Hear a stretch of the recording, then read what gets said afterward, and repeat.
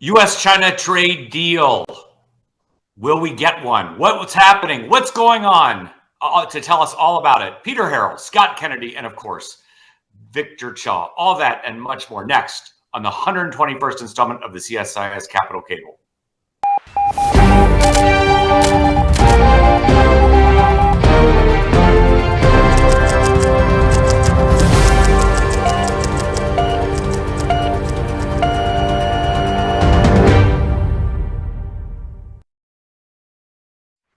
All right, good morning to those of you in DC. Good evening to those of you in Korea. Good day to those of you around the world. Welcome to the 121st installment of the CSIS Capital Cable. I'm Mark Lippert, your host and moderator. This week on the Capital Cable, U.S.-China trade deal. Will we get one? What's happening? What are the likely outcomes? And with us, all-star panel, stacked panel here to walk us through the issues, give us insight, color, analysis. We have Peter Harrell, we have Scott Kennedy, and of course we have Dr. Victor Cha of CSIS with us to, as I said, unpack and take us through all of this really important stuff here today. All right, let me introduce them formally in no particular order because I think they can play any position on the field here. I'm going to go with Scott Kennedy to start. Scott, of course, Dr. Scott Kennedy, rather, Professor Kennedy is a senior advisor and trustee chair in Chinese business and economics at CSIS. He's been doing China for almost 40 years, and he has a big focus on innovation, drive, Chinese industrial policy, and a slew of impressive publications. He was a professor at Indiana University, Go Hoosiers, where he established the Research Center for Chinese Politics and Business, PhD, GW, MA, Johns Hopkins, and a BA from the University of Virginia. Scott, welcome to the show. Wahoo wah, great to be here. Excellent. Beat me to the punch. I usually go for the mascot-y things here. All right, and as a Stanford alum, I'm really happy to see Stanford in the ACC. It is Tobacco Road in Palo Alto these days. Of course. So, all right, excellent. All right, and of course, they're getting whooped in the ACC. They're getting absolutely whooped in the ACC. Hey, it's never too early to look to hoop season. Anyway, and Hakeem's son, I think, is coming. So there we go. That's all I got, Victor. I got nothing. You're rubbing Andrew Luck is back as the GM. There you go. All right, here we go. All right. So over to Peter Harrell, non-resident fellow at Carnegie, serves as obviously an attorney advising companies and investors in international legal, regulatory, and geopolitical risks. You see him a lot on social media, commenting on very complex topics and doing it in a very, very insightful and concise way. Thank you, Peter, for putting that in the public domain. You obviously were at the I think the NSC and NEC as a senior director, joint appointment there, where you were immersed in a whole really range of important, I guess you would say, security and economic related topics. You have previous government experience at the State Department, working in a variety of roles there, both on the policy planning staff and the deputy assistant for counter threat finance and sanctions as well. That's a mouthful. Yeah, Peter, State Department has terrible titles. Like they just go on and nobody knows what they mean. But, that's the way of the place where you know the place well, Mark. It's true. It's true. That's excellent. All right, Peter, welcome back to the show. We're really looking forward to another great episode with you. Great to be on. All right, excellent. All right, Victor, last but not least, everybody knows Victor Cha. Victor, of course, is the head president of the Politics Center, rather, at CSIS. That includes the Korea chair, of course. Victor is a author of a range of different publications and books. Check out the Pink Book with Ramon, our good friend there. That's on Korea. That is a fantastic read. I'm going to just give a quick plug there. Also, Victor, of course, everybody knows him, Bush NSC, Defense Policy Board under Biden, right? And a range of other, I guess I would say, policy and academic appointments to include professor at Georgetown and former vice dean there. Victor, welcome back to the show. Thanks, Mark. Good to be with everybody. I'm going to be learning on this show, not talking. Excellent. Well, welcome to my world. So that's outstanding. All right, let me go. I'm going to go deadly serious topic and a really, really important one that we've been tracking for a while here, but I don't think we've done enough on the Capitol cable because of all the implications it has in Northeast Asia. It's really important. We're long overdue for such a discussion on an important topic here. So I'm going to go to Scott Kennedy first. Scott, if you wouldn't mind, just broad strokes here, walk us through where we are on a U.S.-China trade deal. We've obviously had the Liberation Day tariffs. We've had a lot of negotiations. There's a lot of activity around this, but can you help walk us through where we are and where we're headed? Sure. Scott, the floor is yours. Sure. First, Mark, thank you for having me. It's a real honor to be on the program with you and Peter and Victor. I think we just need a little bit of context first about, and the punchline is there's likely to be a deal. I don't think it's going to be that important a deal. I don't think it's going to be in the U.S. interest in a major way. For those who are doing business and need stability, they'll probably get that. But from the perspective of geopolitics, the U.S. is not doing really well in the competition vis-a-vis China. So a tiny bit of history, very small, quickly summarized. So the U.S. and China, everyone knows, has a whole variety of conflicts and tensions between them on economics, national security, economic security. You all prosecuted a lot of those efforts over the years. And up through the Obama administration, the main U.S. strategy was, let's integrate China into the international order, right? That didn't go so well. So then the Trump administration's first one said, we're going to use pressure on China to force them to yell uncle and commit to this order. That didn't go so well. We got a deal, but not any real change. Then the Biden administration, where Peter worked, decided, forget these negotiations with China. We're just going to try and protect that order, de-risk with China, work on ourselves, work on our allies, and we'll get back to them. And eventually we talked with them about how to, keep each other informed, explain what we're doing, but we weren't trying to integrate because we didn't think that was working. Trump 2.0 is like, we want to integrate the Chinese into a new order, where it's rip down that old order of the international trading system of MFN and national treatment, and instead we'll have preferential trade arrangements. That's the order we want to integrate the Chinese into, and we'll negotiate with them about that order. So we have basically decided, heck with the liberal rules-based order that we had before. That's what Trump is doing. And what have we got? We have decided that we're going to build an order that is very comfortable for the Chinese to live in, right? We're not pushing them on industrial policy, on the role of the state in the economy, on their international activities. We're just saying it's going to be an arm wrestling match to see who gets what. And so we've tried very high pressure up through Liberation Day. And then the Chinese called our bluff, and we've been backing up ever since mid-April. And so we thought we were going to stew the Chinese in a pot and gradually surround them. And instead, what we were getting is tacos. Trump always chickens out. We've had 3 Chinese tacos made so far in Geneva, in London, in Stockholm. And when they get together in Gyeongju, there'll be a 4th taco with the U.S. giving up things.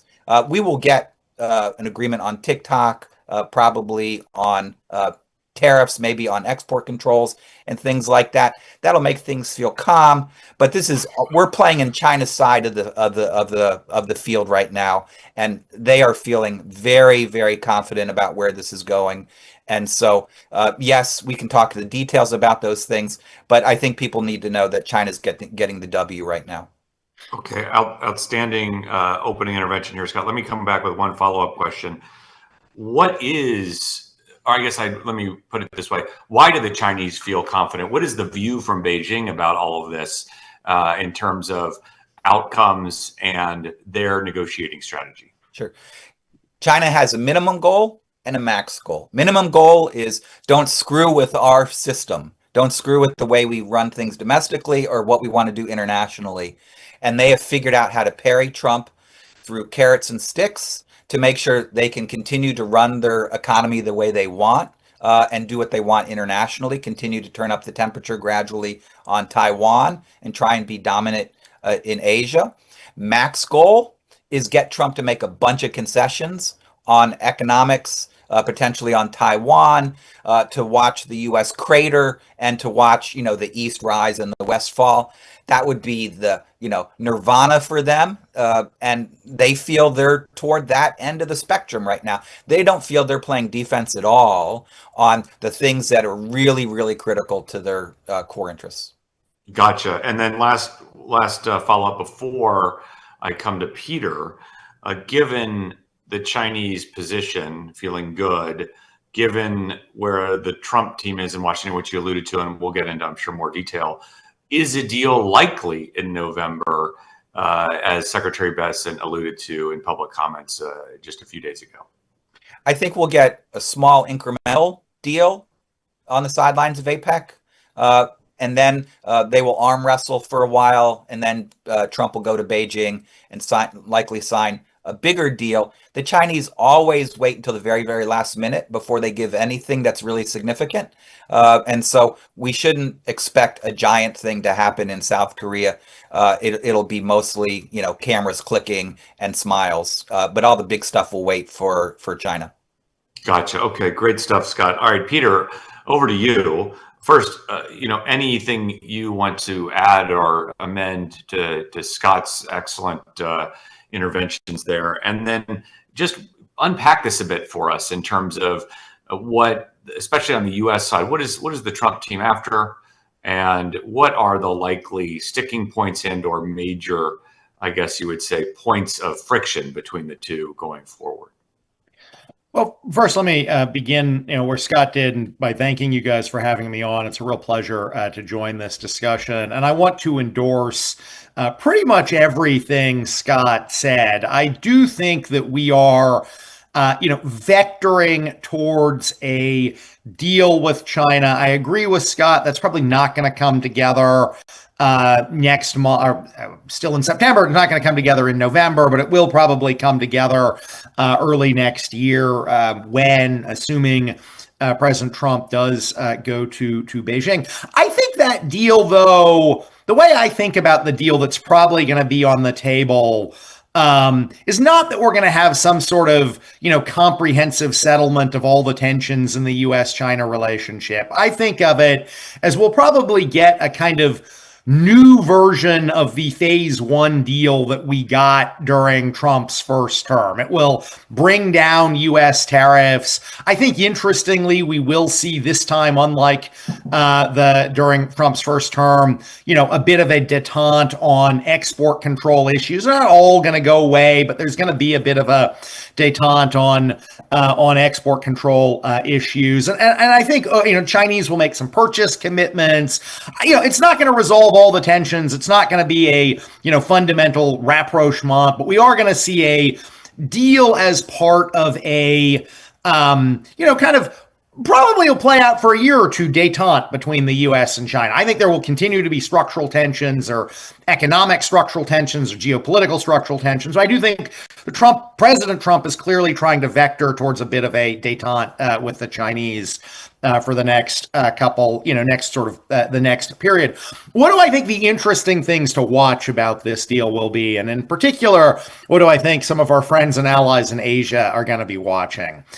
First thing I think they're going to be watching is, what is the tariff rate that gets settled as a part of this deal? So if you look at U.S. tariffs on China today, after the big kind of blow up in April, where I think the Trump administration realized, oh, wait, the Chinese have leverage too. We actually can't just tariff them endlessly because it shoots ourselves in the foot, and they have leverage. But, since then, what we have seen is that U.S. tariffs on China are, call it 55%. Now they're not everything is tariffed at 55%. There are exceptions and exclusions. But let's call it a 55% tariff for simplicity's sake. That's going to come down. What's going to be relevant in Asia is, where many of America's allies and partners in Asia, like Korea, are facing a 15% rate. Some of our other partners in Asia, like Vietnam, like some of the Southeast Asian countries, are facing a 25% rate. How close does that Chinese rate get to the rate paid by other Asian partners? Because, frankly, if you see the Chinese rate come down below 30%, you're going to see less economic pressure in the short term to continue diversifying that trade away from China. So I think where the rate lands is going to be a very interesting piece of the puzzle to watch. The other interesting thing that I think is going to be interesting to watch is investment. One of the things Trump has really wanted as a part of the other trade deals he has struck has been to kind of bludgeon foreign governments into making investments in the U.S. Now, as somebody who's sort of a free market capitalist, I see a lot of irony in these kind of like state-directed investment funds that the president wants, but he does clearly want, foreign governments to basically let him, direct investments in the United States. And there's obviously some, frankly, debate going on right now between the U.S. and Korea over this issue. On the one hand, I actually suspect the Chinese government, Xi Jinping, would be very happy to play ball with Trump on investments in the United States.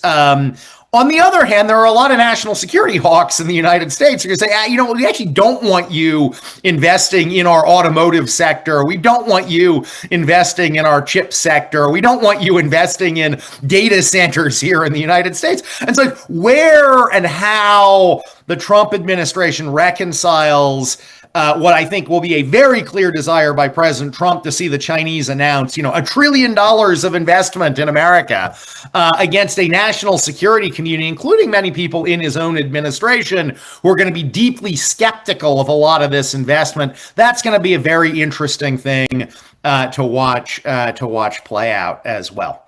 All right, outstanding. Let me come in with a follow-up that dovetails with that last point you made, Peter. In the Biden administration, let me try to do this artfully and carefully, which I usually don't do a good job of doing. In the Biden administration, there was, I would argue, a clear goal, right, in terms of ensuring that the U.S. continues the lead on certain critical technologies, right, both in terms of curtailing U.S. investments in China, preventing reciprocal or other types of investment in the U.S. through the CFIUS process.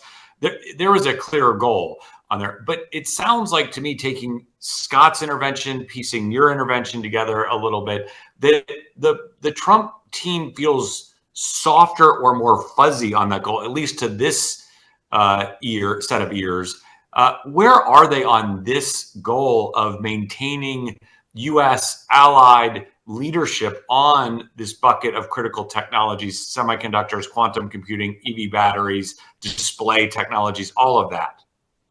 So I think that the Trump administration would say they are every bit as committed to maintaining U.S. leadership on these technologies as the Biden administration was. They just have a different sort of theory of how they are going to pursue that leadership. And I think you see that very clearly in the semiconductor space and in the AI space, which are obviously very closely related. So the Biden administration's theory of the case was kind of, we have a leadership position in AI today, and we have and a lot of the reason we have that leadership position in AI is that we have a leadership position in the semiconductors that you need to train AI models.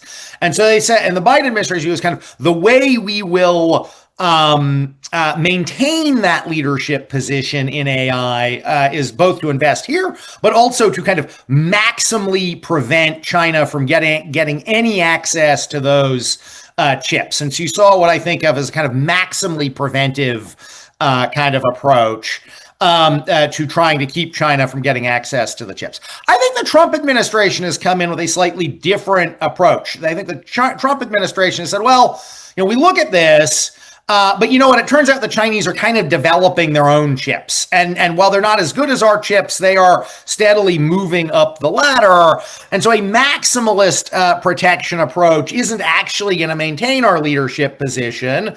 We might as well try to, while keeping our leadership position in the most high end and denying China access to the most high end chips, we might as well sell them our kind of one generation removed chips because they could sort of build that stuff themselves. And we'd prefer our companies pocket the money from these one generation removed chips rather than the Chinese companies pocketing the money. I think that's a risky approach because we clearly are. If China gets access to the H-20s, which interestingly they now decided they don't, that is actually, I think, better than what they can do indigenously. So I think that's a risky approach. But I think that, the Trump administration has a different theory. They have the same goal, but a different theory on how to get there. Now, one reason I think the investments are going to be so interesting is because we have seen in kind of formal documents, we've seen an America First investment policy come out of the Trump administration. We've seen, the way the Trump administration has been approaching CFIUS. The Trump administration is clearly, there are a number of hawks in the Trump administration who clearly are very skeptical of Chinese investment here in the United States.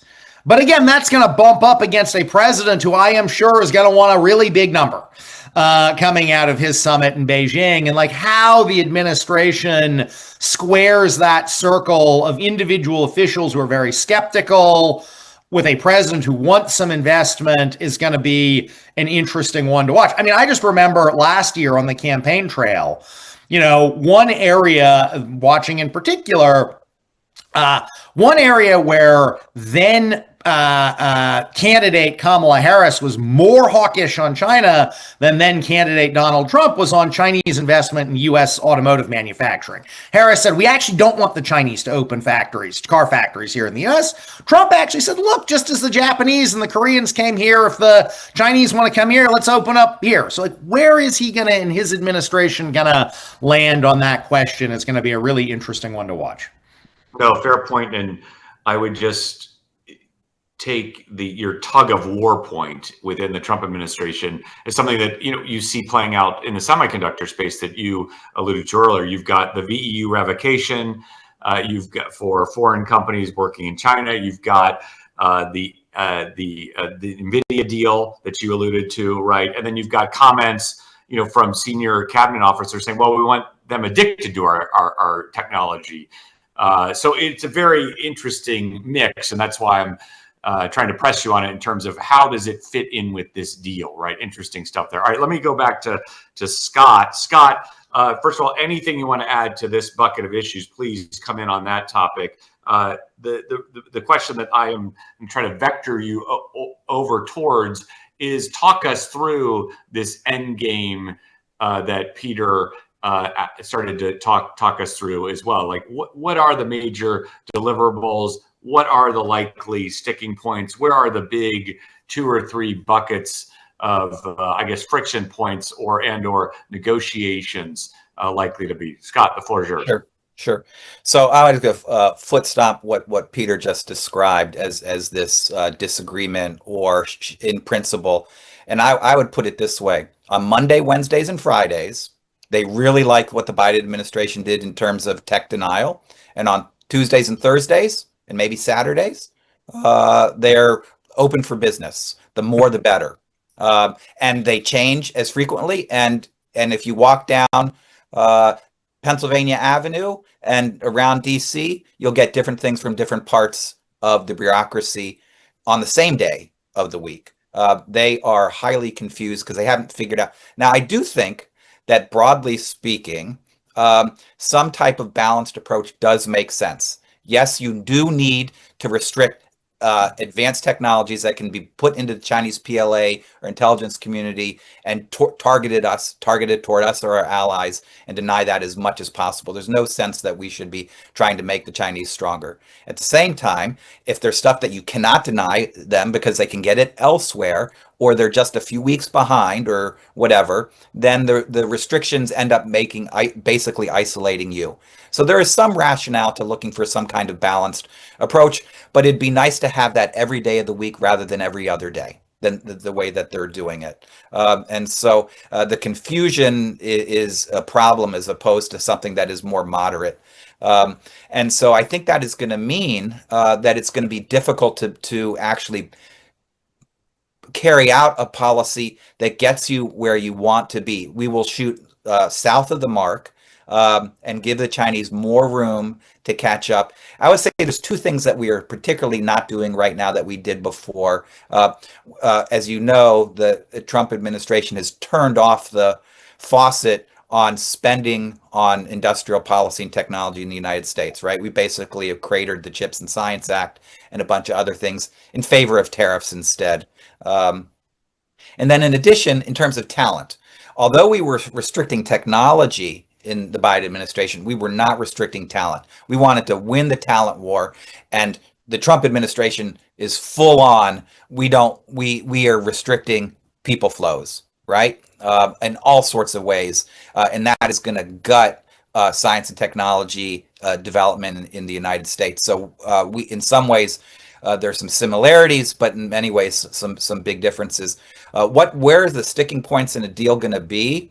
I think it's going to, if they get to talk about Chinese investment in the United States, it will be how will we manage the security elements of this to satisfy all of the stakeholders in the United States, in the Pentagon and the intelligence community, local and state governments, and come up with a regime that actually looks a lot like the Chinese inward investment regime that says you need certain types of ownership caps, you need tech transfer, you need data localization, you need visibility into the companies, all of that kind of stuff, which is in some ways draws on some of the things that have been done to get TikTok over the line.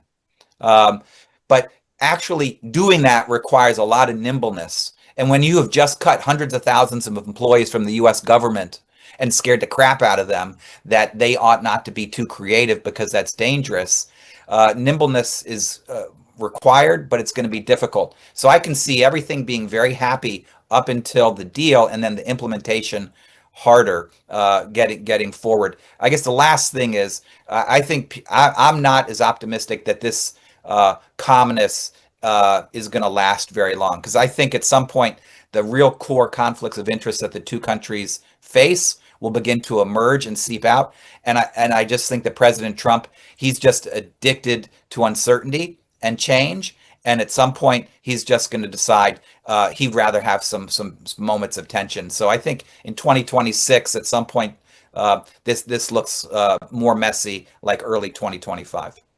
All right, great stuff there, Scott. All right, let me come to Victor. Victor, I see you've pinged me in the chat. Let me just tell you, the one time I actually had a question that you would have answered is today, because I was going to ask you the exact question you pinged me in the chat. Because usually at this part of the show, I pose a question to Victor, he completely ignores it, answers his own question, and then eventually throws me some crumbs after answering his own question and a rant on the New York Giants. But here we are. And so I want to ask you the question that we both want to address is impact the view of this from Korea and Japan. Obviously, they've got their own complicated negotiations underway, as has already been alluded to on this show. Victor, walk us through that basket of issues. The floor is yours. Sure. Thanks, Mark, for that excellent question. And I'll be quick because I want to I'll give Peter a chance to also respond to the second round with Scott. So, I think for countries like Korea and Japan, when they look at a potential deal, and I agree that there may be something small at APEC, but it will probably come in early next year. I think they have now been conditioned to look at all these things as incremental, not really providing any clarity or any stability at all. Maybe for the moment it provides some. They may not have liked all of the Biden administration's policies, but they were consistent, right? And they kind of knew this is what the United States is pursuing, whether it's export control, whether it's the CHIPS Act. They knew the direction in which things were going. They didn't know whether that would continue after the end of the Biden administration, but there was at least a degree of stability here. Here, there's absolutely no stability, no clarity whatsoever. So even if there's an incremental deal, it's not going to make them feel like, oh, okay, now we know what the situation is and it's set going forward. The second is that I don't think they're banking on the China tariff rate to go somewhere down near 15%. I can't imagine that Trump would ever agree to something like that, no matter how much the Chinese pro-offered. just because of the size of the merchandise trade deficit, which is the only thing that really matters in Trump's mind when it comes to this. And then the third thing I'll say is, the United States and China, this is a huge issue, right? Everybody's focused on it. But like when you look at it from the perspective of Japan, South Korea, the EU, and this is stating the obvious, for them, like they're looking at all this and they're basically like there are no more rules anymore, right? I mean, the two lead powers in the international system are weaponizing trade and investment. There are no more rules anymore. On the one hand, we don't want to give them H20 chips. On the other hand, we do want to give them H20 chips to get them addicted. And then Chinese response is, we don't want your H20 chips, right? So it's just like, there are no more rules anymore. Like, they went from 51% of our soybean exports to zero, like within less than a year.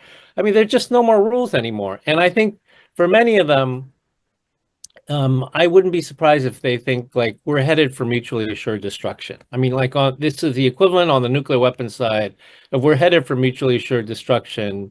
And so I think like people like, your guys' former colleagues, Dalip Singh, right? I just taught his latest piece in a class over the past week where we got to develop some rules of the road. I mean, sure, we're weaponizing trade now, but we've got to have some rules of the road that at least we can get some agreement on, because we're just spiraling down this direction of mutually assured destruction.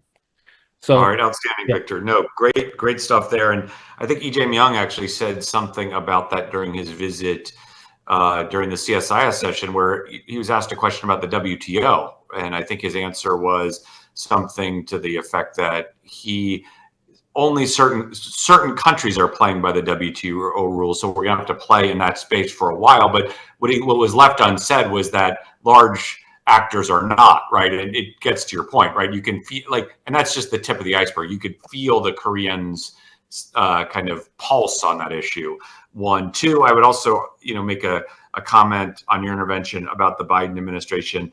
I think the other consistent point, kind of if you double click on that, you also knew that you had to come in on the grounds of consistency and make an argument on the merits. You knew Peter Harrell was going to be asking 7 questions deep, but they would all be relatively consistent questions within the rubric of their policy and generally technical in nature, right? I think that's the other point I was going to make there. Right. And then third, in terms of your government-wide agreed upon strategy, right? I mean, right, that exactly, was right. But, exactly. Yeah. No, it makes a lot of sense, and that was very predictable, I would say. And then the final thing I'll quickly get to is on the weaponization point.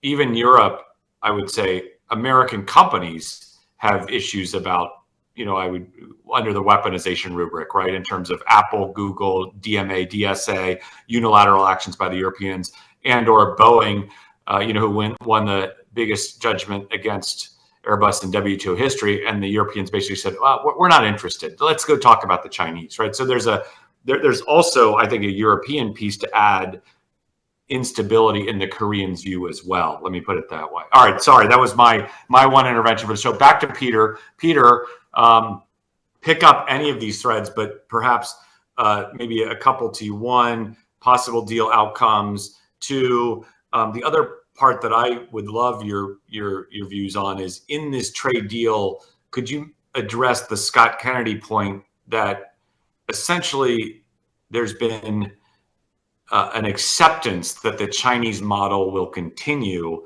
and the implications of that going forward as well? But any other thing you want to talk about as well?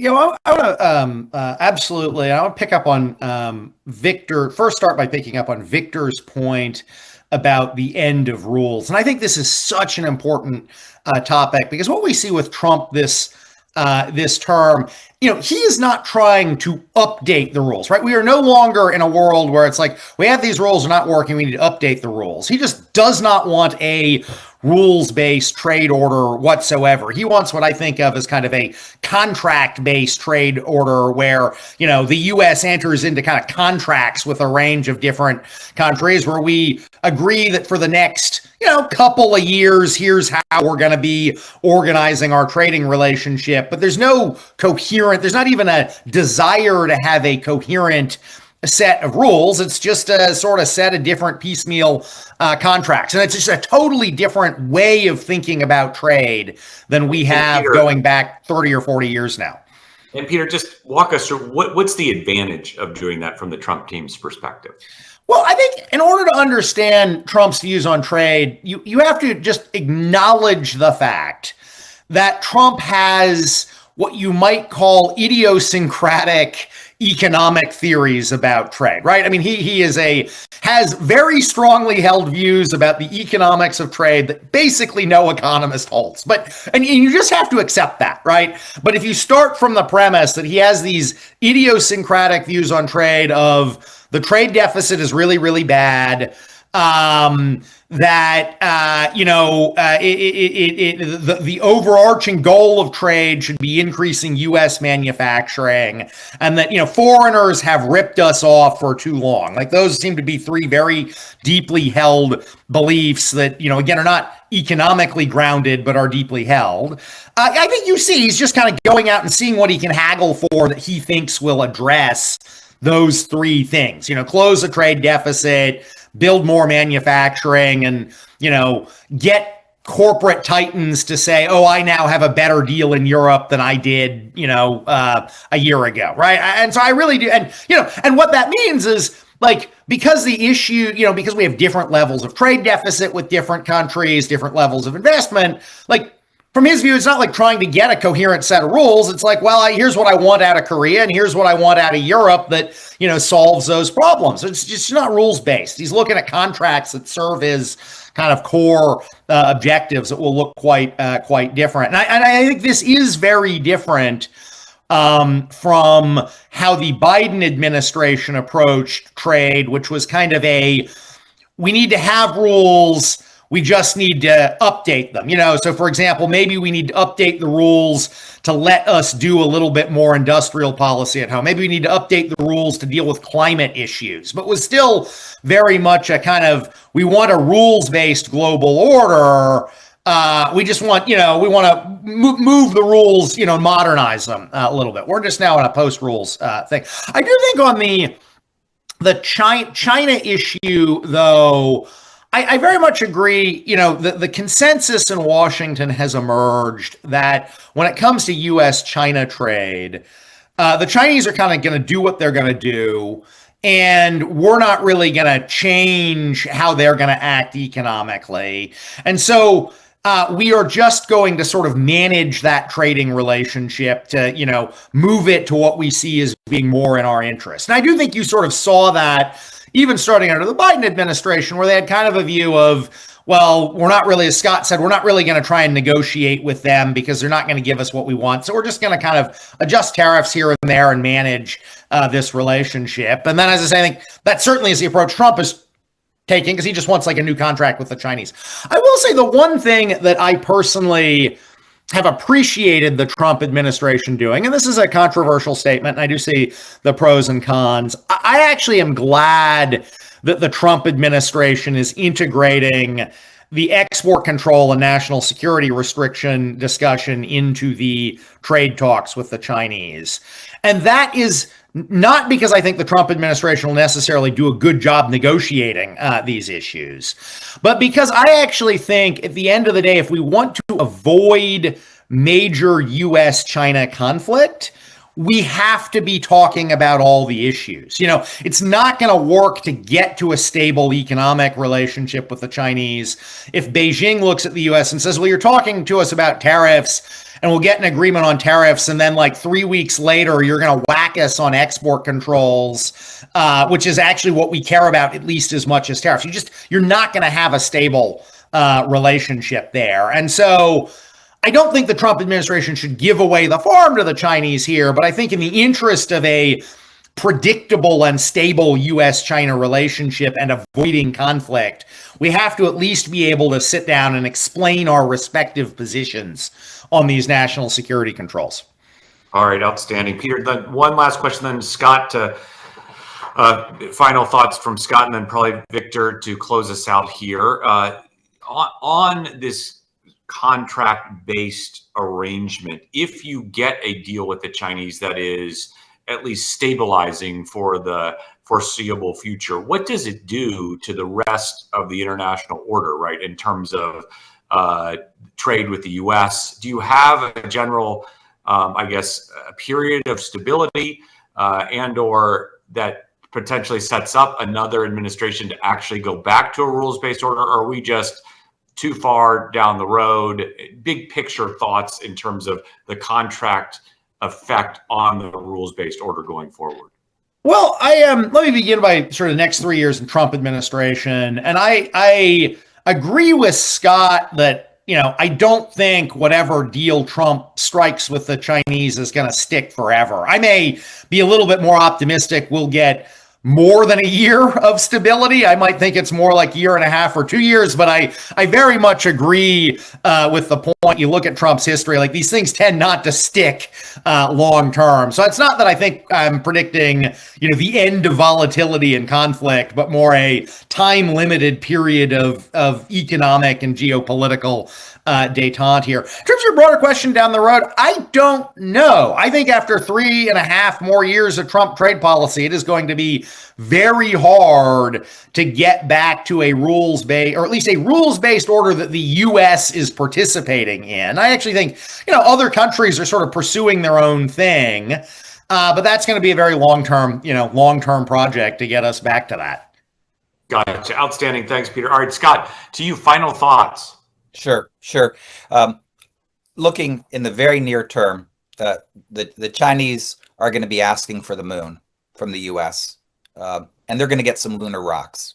They're going to get some stuff that they want, that Trump's willing to give up for stability, and that he can sell at home as in the U.S. interest. I don't think the deal is worth it, and I think there's a commentary that might be written by some folks that will say no deal's better than a bad deal at some point. But nevertheless, I still think that we're going to probably get to one. What are a couple signs of things that really worry me? And I don't have a good answer for. The Chinese premier Li Qiang was just at the UN in New York, where he announced that China would finally give up special and differentiated treatment from the WTO because it's a developing country. Woohoo! 17 years too late to make this pledge that China doesn't need to be treated like a developing country. Sounds good to much of the world, does not fix any of these problems. So when you're frustrated about dealing with the Chinese, Exhibit A right there, right? So patient negotiation. The next day, Chinese leader Xi Jinping videos into the UN and says, we are going to start lowering our climate emissions. First time the Chinese have ever said that. Actually, what they're planning to do, 7 to 10% reductions over time by 2035, not that ambitious, but contrasted with what we're doing, big change, big difference, big contrast, split screen. So the Chinese are making what look like major commitments, but really not moving the global needle. What I think is really interesting is what the Chinese are doing at the commercial level. So when I was in China a few weeks ago, visited BYD, China's leading EV maker, and I got to see a car that jumps. I got to see a car that had a drone on it and flew around and took video of me. They have a swimming car. They're doing a lot of cool things. I have no idea what you do with a drone in a car, or how a car that jumps helps, or a car that swims, because I'm not James Bond. But nevertheless, they are pushing forward, and the U.S. Blocking Chinese cars, as well as not pushing into EVs, and going back to sort of 19th century energy policy. The U.S. auto industry, we may look like Havana after a few more decades of this. That's a big problem. So China has tons of economic issues, debt, demography, etc. Involution this year, consumption down.